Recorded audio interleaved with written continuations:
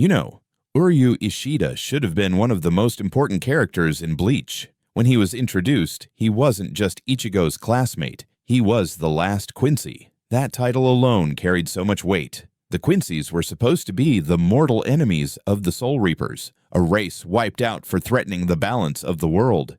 And Uryu, he was the last spark of that legacy. But as Bleach went on, he started fading into the background. By the time the 1,000-year Blood War rolled around, the spotlight was on Yhwach, not Uryu, even though this was supposed to be the Quincy's big moment. So today, we're asking, did Kubo waste Uryu Ishida's potential as the last Quincy?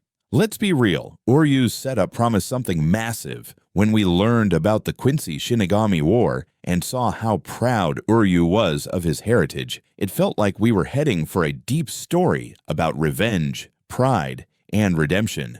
But instead, Ichigo ended up taking over that role. He became the hybrid child of everything, Shinigami, Hollow, and even Quincy. And suddenly, Uryu's unique identity didn't feel special anymore. His early moments were strong. The fight against Mayuri showed both the cruelty of Soul Society and the strength of Quincy pride. But after that, he got sidelined hard. In the Arrancar arc, he was support. In the Fullbring arc, barely there. And even in the 1,000-year Blood War, where Quincy's were finally the focus, he wasn't driving the story. He was just part of it. And that's the biggest issue.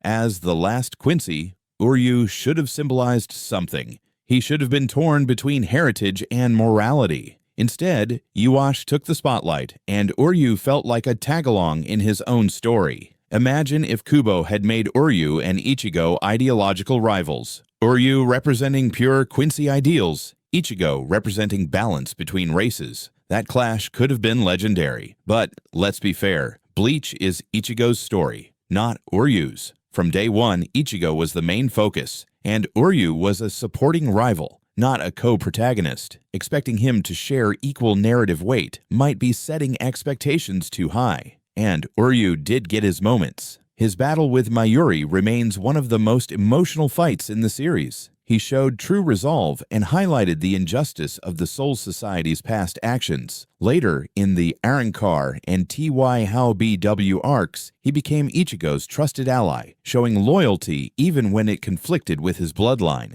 In the final arc, his decision to infiltrate the Sternritter and stand against Yhwach wasn't flashy, but it was meaningful. He represented the ordinary Quincy, someone who chose morality over godhood. His quiet defiance against Yhwach was powerful in its own way, so maybe Kubo didn't waste him. He just wrote him differently than fans expected. Here's the real truth. Uryu wasn't forgotten. He was underdeveloped. He got great moments, but not a great arc. The problem wasn't lack of screen time. It was lack of follow-through. He should have been the emotional anchor of the Quincy storyline, but instead, Yhwach became the face of that heritage. If Kubo had given Uryu one deep character-defining conflict, he could have easily become one of the best-written characters in Bleach. Instead, he's remembered as the smart one with the bow. And that's tragic for a character who could have embodied the heart of the Quincy Shinigami conflict. So here's the real question for you, Bleach fans.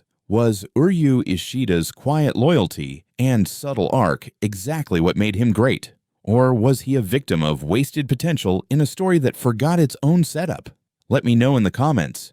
Do you think Kubo did justice to the last Quincy? Or should Uryu have been so much more?